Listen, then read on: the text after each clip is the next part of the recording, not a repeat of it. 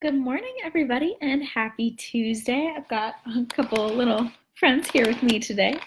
But today I really just want to talk to you guys about saying no, because I know this is something that can be challenging for all of us. It's hard to say no. We don't want to disappoint people, right? And when opportunities come up that sound like good opportunities, we want to take advantage of them all because they sound like fun. They sound like something that we would love to be a part of.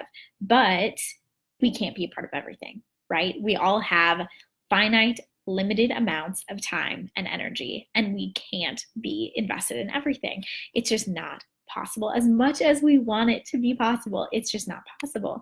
So, how do we set those boundaries? How do we start saying no? And why am I even talking about this? I'm talking about it because it's a component of living bravely and courageously, which is our focus for the month of October. Because living a brave, bold, courageous, beautiful life means focusing on the things that are most important to you. And that means saying yes to those most important things and saying no to other things. Again, because we can't say yes to everything.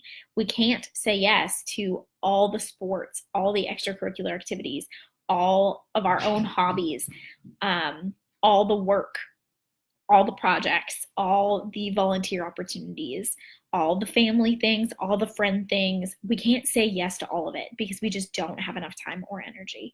So, how do we make those choices? How do we make those choices with boldness and bravery? And what does that look like? And what steps can you take? That looks first like identifying what the most important things are for you. Because if you don't identify those things, you're going to be guessing about what you should say yes and no to. So, first, I want you to take the time to actually write down what the most important things are for you. Not the things you think should be most important, not the things other people have told you should be most important, but the things that are actually most important to you. And then by default, you're going to come up with some things that aren't as important. And you can create a list by priority. So it's kind of a hierarchical list, and just go from the top down. And then when requests come in, you can see where those things fall and make sure that you only say yes if it fits in, if it honors your priorities and the things that are most important to you. And if it doesn't honor them, you can say no. And I know saying no seems scary because you feel like you're letting people down, like you're disappointing them, like you're maybe leaving them hanging. But that is so often not the case. Now, I don't know your specific circumstances, so I don't want to promise you that people won't care if you say no. But more often than not, it'll be just fine, especially if you explain, I'm sorry, I have to decline that opportunity. It sounds great, but I am focusing on this other thing right now. Or I'm sorry, that just doesn't fit in this season of my life. Another time, that would be great. Or, you know what? I actually think this other person would be a better fit for that role than I would be. Because when we say no, we open up the door for someone else to say yes. So if we say yes to everything that we get invited to do, then we're taking on more than we are able to take on, and we're not going to do it all justice, right? We can't do all the things and do them well. So we're going to falter. We're going to not be able to put as much energy and time and effort into the things that we're trying to do. Whereas if we said no and took some of those things off our plate, we would be able to invest better in the things that we say yes to. And the projects and things that we said no to will go to someone else who likely has more time and energy to invest in them and will do a better job on them than we would be able to with our overstuffed schedule.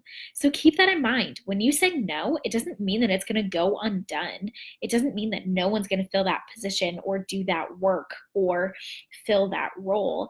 It just means that you're giving someone else the chance to do it, someone else who is more likely a better fit for it or has more time or energy to invest in it. And that's actually a great opportunity. It's a win-win. It's a win for you because it's not adding more to your plate, and it's a win for this other person who gets the chance to use their skills and their time and their energy to invest in that opportunity. And sometimes it is figuring out key phrases, ways to say no. Obviously, you can just say no. You can say no, thank you. You can say, I'm sorry, but that's not going to work for me. You can add a little bit more explanation. If it's someone that you're close to, someone that you're having a conversation with, and say, I'm really trying to focus on this one project for my work, so I can't take on another project right now.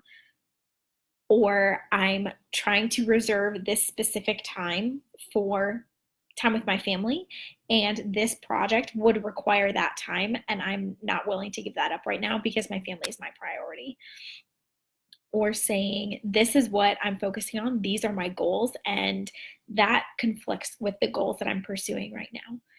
You can explain it if you want to, or you can simply say no, thank you. That is completely up to you. You do not owe anybody an explanation if you do not want to give them an explanation.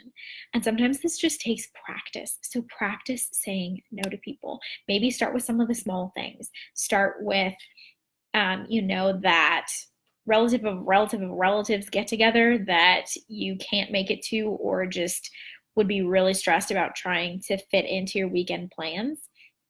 Or start with that community sport that you don't really want to be a part of or don't really have time to be a part of. Start with those things, those like smaller things, or maybe a phone call that someone's trying to schedule for you. You can always suggest another person to fill the role. You can always suggest another day or time for a meeting or a get together if that's the only reason it doesn't work. You can always suggest a different format. So if someone wants to get together in person, you can suggest a video call, or if they want a video call, you can suggest a phone call. Sometimes you can bypass a full-blown meeting by just going and communicating via email. There are so many ways you can say no, but the key is saying no to the things that don't support your goals and your priorities, so that you can say yes to the things that matter most to you, because that's what we really want. We want to do more of what we love and less of what we don't.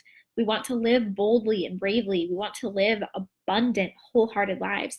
And we can't do that if we feel pressured to say yes to everything. So consider this your permission to stop saying yes to everything and start saying no, to create some boundaries for yourself and your time and the way that you invest your time, so that you can do more of what you love and do less of what you don't, and actually love the life you're living.